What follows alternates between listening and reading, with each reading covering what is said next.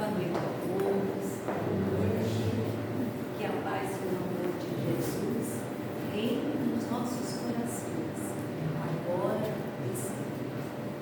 Então, nós vamos relaxando a nossa mente, aquietando os nossos corações, para unirmos o pensamento com os nossos anjos de guarda, os nossos protetores, a toda a espiritualidade dessa casa que nos acolhe com tanto amor e carinho. E assim, para louvar a Deus, nosso Pai, Pai maior, com Jesus nós dizemos: Pai nosso que estais nos céus, santificado seja o vosso nome, venha a nós o vosso reino, seja feita a vossa vontade, assim na terra como nos céus. O pão nosso de cada dia dá-nos hoje, perdoai, Senhor, as nossas ofensas, assim como perdoamos a quem nos tem ofendido, e não nos deixeis cair em tentação, mas livrai-nos de todo. Então, muitos de vocês já me conhecem, né? Somos amigos da casa, estou entre amigos, né? E hoje nós vamos fazer uma reflexão sobre a reforma íntima. Alguém já ouviu falar de reforma íntima? Isso. Quem mais? Isso. Então, quando a gente vem a primeira vez no centro espírita, a gente vem, às vezes, pelo amor, pela dor, ou o convite de um amigo, né? Vamos lá, você vai gostar, você vai melhorar, não é assim que o amigo fala pra gente? E às vezes até nós viemos pela própria razão, né? A razão que comanda, né, a nossa vida. Olha, eu vou fazer isso, vou melhorar, vou para o centro espírita porque eu quero melhorar, quero conhecer a doutrina. Não é assim que a gente fala? Ou não? Né? E a gente não pode querer assim melhorar da noite para o dia, não é verdade? Então, eu trouxe aqui para vocês que muitos motivos nos levam, né? E o que acontece quando a gente vem no centro espírita? O que acontece?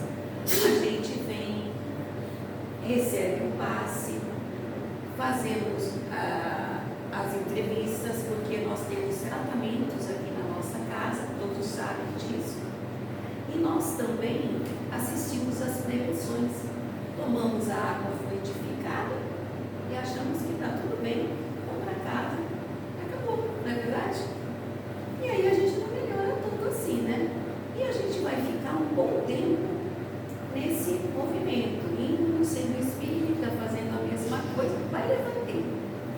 Mas, à medida que nós vamos estudando a doutrina, né? Vocês sabem que a nossa casa também tem cursos, né? E eles já estão acontecendo. E, à medida que nós vamos estudando a doutrina, nós vamos entendendo a grande necessidade que nós temos de melhorarmos, de nos integrarmos, para que possamos ajudar na reforma moral das pessoas à nossa volta, não é assim? Mas, quando a gente começa a reforma moral, é por nós mesmos, né? Os primeiros a nos reformarmos somos nós. Então, o que acontece? O que é reforma íntima?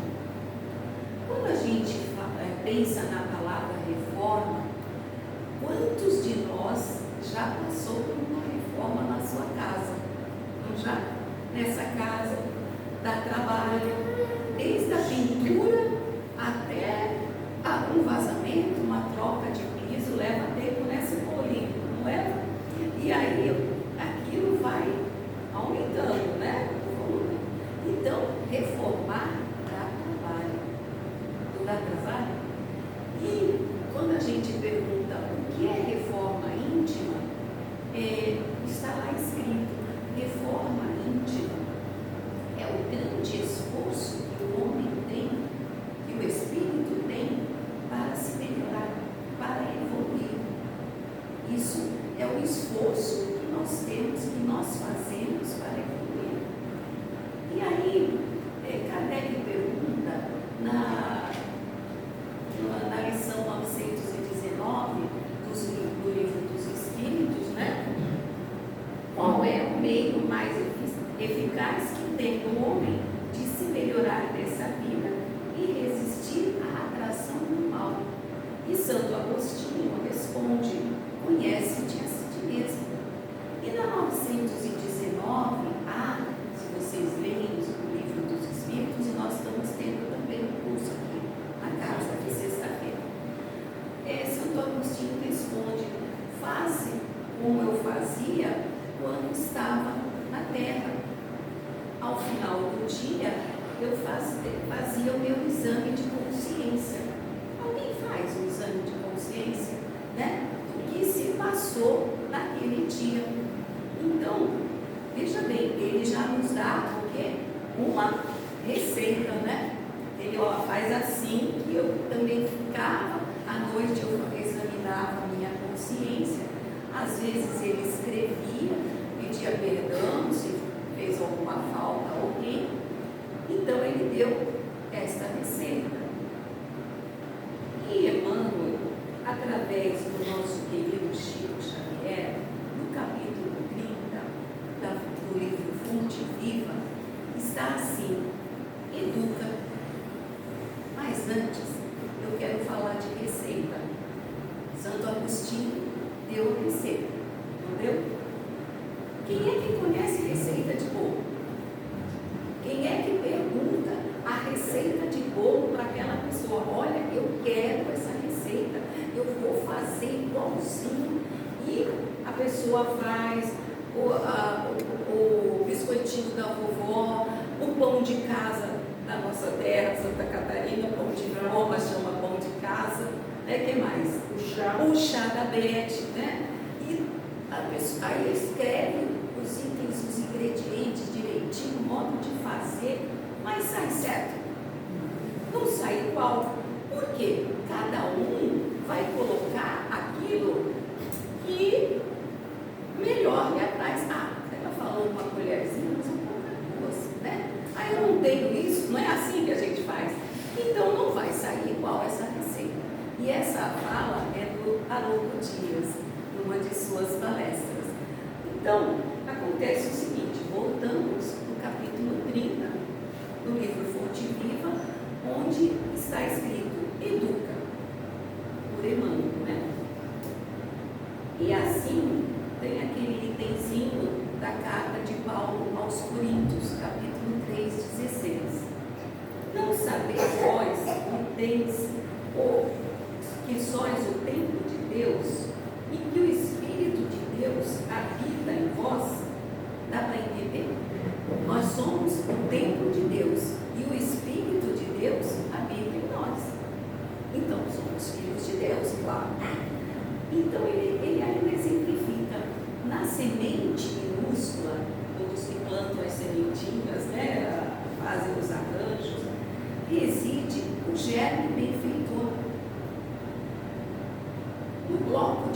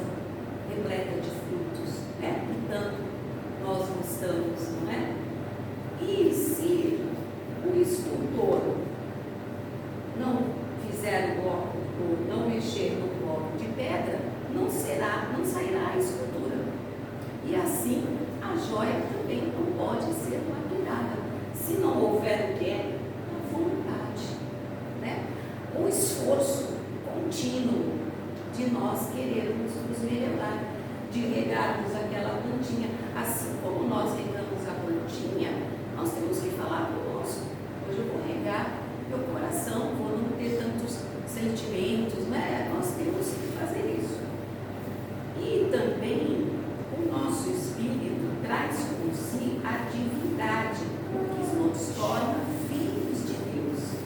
Emmanuel coloca. E ele descreve ainda: mas para que a luz divina se destaque das trevas humanas, é necessário que os processos educativos possam ser trabalhados em nosso empedrado caminho de milênios. Então vocês vejam, nós temos que nos educar e ter um processo de educação para destravar esse caminho empedrado. Imagina, né? Imagina pedra na vesícula, já é um problema. Agora, pedra no caminho de milênios, gente, é muita coisa, não é? Então, se nós não nos educarmos, termos disciplina, constância para mudarmos aquilo que nos impede de progredir. Então, é através da educação que a gente começa a nossa reforma íntima. Por que educação? Por que disciplina? Emmanuel não falava com o Chico perguntava: o que eu posso fazer para escrever tanto livro? O que Emmanuel falava? Disciplina, disciplina, disciplina. E Chico reclamava que os olhos estavam sangrando, que ele não aguentava mais escrever. Ele assim: nossa, ainda tem a noite inteira para você escrever, né? Então vocês vejam como era o esforço de Chico, e era uma alma grandiosa, né? Nós somos assim uma alma ainda caminhando, né? Mas não é impossível de nós chegarmos lá. Um dia nós seremos assim, né? E através da nossa educação que vamos conquistando méritos para quitarmos os débitos de vidas passadas. Vocês já imaginaram que bom a gente quitar o débito de vidas passadas só com a disciplina, com a educação? Mas é o quê? Esforço constante. Eu não posso chegar hoje e fazer meu exame de consciência, não. A Beth falou lá, vamos fazer o exame de consciência antes de deitar e tal. Aí vou fazer. Aí já estou com sono. Mas amanhã eu faço, né? Aí na manhã também não fiz, né? E aí como é que fica a programação da reforma íntima? Não é verdade? Então, só para explicar, na reforma íntima nós temos um item que chama renovação de atitudes. Se eu tenho uma atitude brusca, se eu tenho uma desatenção, quer dizer, algo que eu queira melhorar, eu vou renovar as minhas atitudes, né? Eu vou contar uma historinha. Um rapaz chegou ao médico com muita dor, e um jovem mesmo, um jovem rapaz. E o médico muito atencioso, médico atencioso, os nossos médicos do INSS, então, né? A gente vai falar assim. Aí ele, todo atencioso, fez a entrevista sem pressa, perguntou, virou ele do avesso, mandou fazer os exames, ele fez, retornou, e o diagnóstico saiu: cirrose hepática pela ingestão de bebida alcoólica. E aí o médico passou o quê? A receita. Então, a receita para que ele melhorasse. Olha, você faz assim, vai tomar os remédios, vai fazer caminhadas e vai fazer exercício após as caminhadas. Ele falou: não, doutor, pode deixar que eu vou fazer. Um mês depois, lá junto ele: doutor, o tratamento não deu certo, está doendo demais. E o médico se espantou, porque ele tinha feito um diagnóstico certeiro, né? Meu filho, você tomou os remédios? Sim, doutor, 3 vezes ao dia. Meu filho,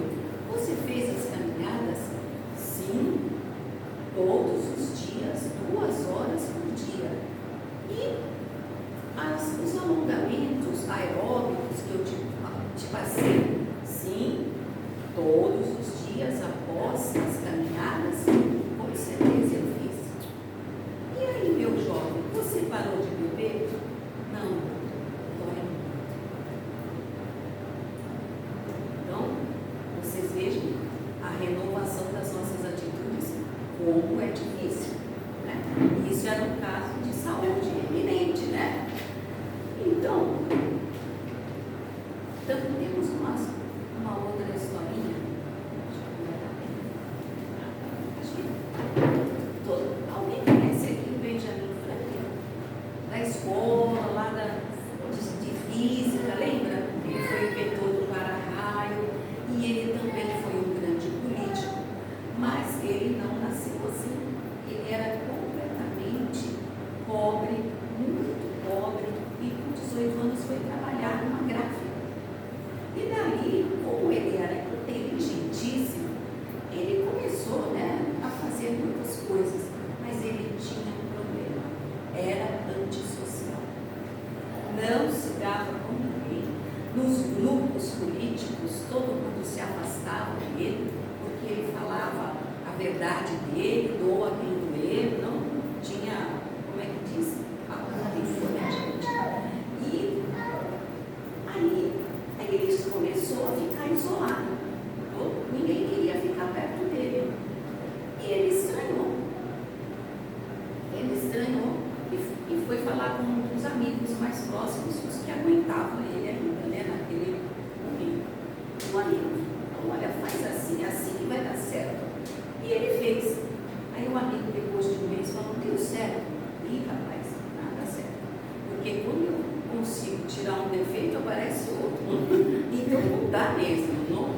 Essa receita não dá certo. E aí ele resolveu por ele mesmo, era inteligentíssimo, e ele escreveu a sua autobiografia e os 13 princípios de Benjamin Franklin, que está lá, é bem extenso e não dá para a gente falar. E ele começou, né, um dia de cada vez, escreveu numa cartolina o que ele tinha que fazer, e eu sei que levou um ano ele fazendo esse propósito, mas ele ali, né, com disciplina, e um dos itens desses 13 princípios é a disciplina, né? Tem a temperança, tem vários. Então, se alguém quiser, tem na internet os 13 princípios de Benjamin Franklin, vale a pena para um estudioso que quer saber mais, né? E então, isso são receitas, não é? Não são receitas, cada um tem uma receita, não é a primeira nem a última receita que nos é dada, né? Aí fora nós temos a psicologia, temos terapias, mas a nossa doutrina, através dos livros mediúnicos, tem muito a ver, não é? Tem muita ferramenta que nos coloca frente a frente com essa reforma íntima. Então quer dizer que nós, da nossa doutrina, não podemos dizer: eu não faço reforma íntima porque eu nunca li livro sobre reforma íntima, mas tem. E esses ensinamentos são verdadeiros tratados de saúde mental, como uma terapia baseada no Evangelho de Jesus e na codificação de Kardec. Então, uma terapia baseada nos ensinamentos de Jesus. Vocês querem mais? Né? Dá para melhorar, não dá? Os cursos estão aqui na nossa casa, porque sozinhos, lá na nossa casa, nós não vamos pegar o livro e vamos, né, ler. E ainda, Kardec, no capítulo 17 do livro dos Espíritos, do Evangelho segundo o Espiritismo, ele fala: sede perfeitos. Não tem esse item do Evangelho? Reconhece-se o verdadeiro espírita pela sua transformação moral e pelos esforços que emprega para domar as suas más inclinações. Alguém pode dizer para mim, nós não temos más inclinações? Não temos pensamentos negativos? Quantos de nós, né? Às vezes o pensamento é tão negativo que a gente até adoece através da depressão, não é verdade? E então, resumindo tudo isso, a reforma íntima é a chave mestra para o sucesso da nossa melhora interior, sendo assim, trazendo a felicidade exterior.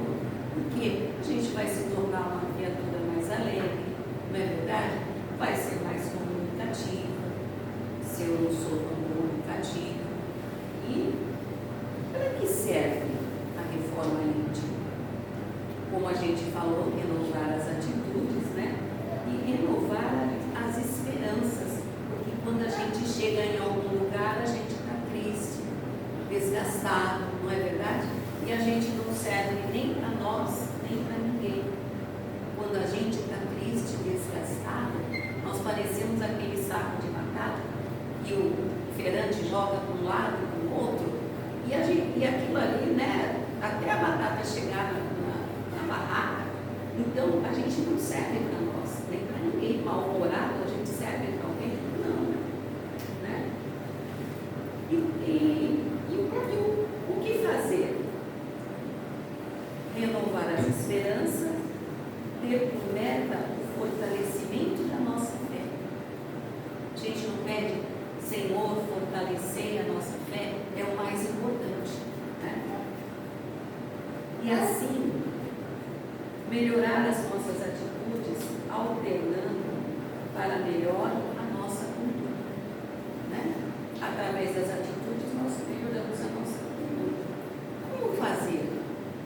Como eu falo para vocês, uma receita, cada um faz, né, a sua, mas através dos nossos cursos de estudo, nós vamos nos modificando com certeza.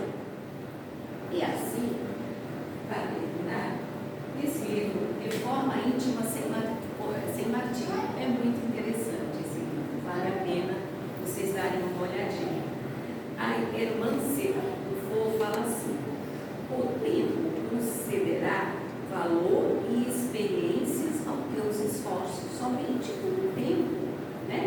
E nós vamos dar valor aos nossos esforços, ajustando teus propósitos aos limites de tuas mazelas. Mazelas, essas coisinhas que a gente tem ali que não serve para ninguém, né? Guardando o único direito de um pai zeloso. Então, o tempo aqui é um pai zeloso